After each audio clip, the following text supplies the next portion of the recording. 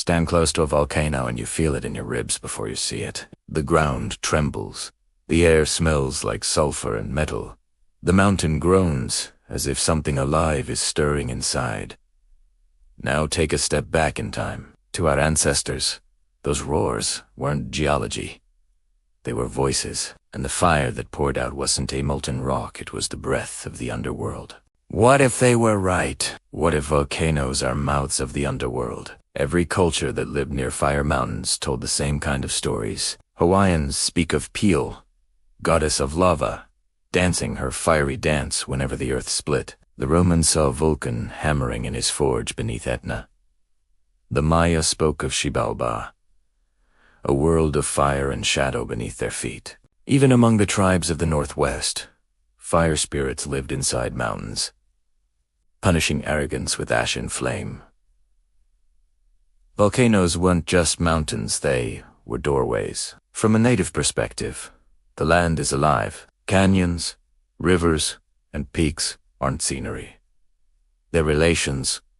A volcano, then, isn't an accident. It's a mouth. It eats what falls inside. It breathes smoke into the sky. And sometimes, when anger rises, it speaks with fire. When you see it that way, geology and myth start to overlap. Science says volcanoes sit on cracks where the planet's skin stretches, where molten rock pushes up from the mantle. But isn't that description close to myth, anyway? A hidden world beneath, pressure building, voices rising until the mountain bursts. You can call it magma, or you can call it the underworld. Both point to a reality beneath the surface, a world we can't live in. But that shapes our fate. Think about the sacrifices thrown into volcanoes: gold, food, even people. To the old cultures, this wasn't madness, it was negotiation. If the mountain is a mouth, you feed it so it doesn't devour more than it should. You pay the toll so the underworld stays quiet. And maybe, in some strange way, it worked. The gifts became part of the cycle, cooling lava, filling cracks, becoming bones of the earth. And here's the unsettling thought. What if those gifts were in?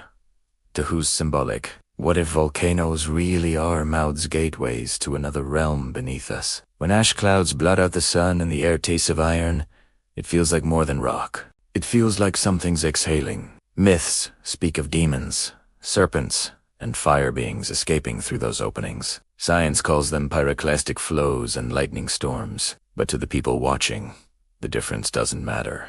The terror is the same. Imagine standing at the rim of Kilauea or Vesuvius at night, lava glowing like blood in the dark. You could almost believe you're peering into the furnace of the dead, the forge where souls are melted down and remade. The earth doesn't just give life. It's reckless. It's swallowing forests, cities, and rivers, then spitting out new land. To live beside a volcano is to know the cycle of death and rebirth firsthand. Maybe that's why so many sacred sites stand near them. The Maya built temples near volcanic belts. The Romans worshipped their forge god beneath Etna.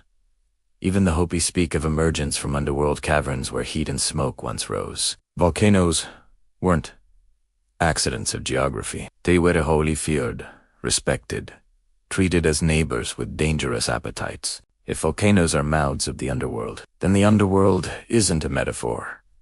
It's a literal place, the fiery belly of the planet, and the rivers of lava that pour out aren't just molten rock. They're messages, reminders that the world below is still alive, still hungry. So when the mountain groans and fire spills down its sides, maybe it's not just tectonic plates shifting. Maybe it's the earth speaking, the underworld reminding us that we live on borrowed ground, always a breath away from being swallowed.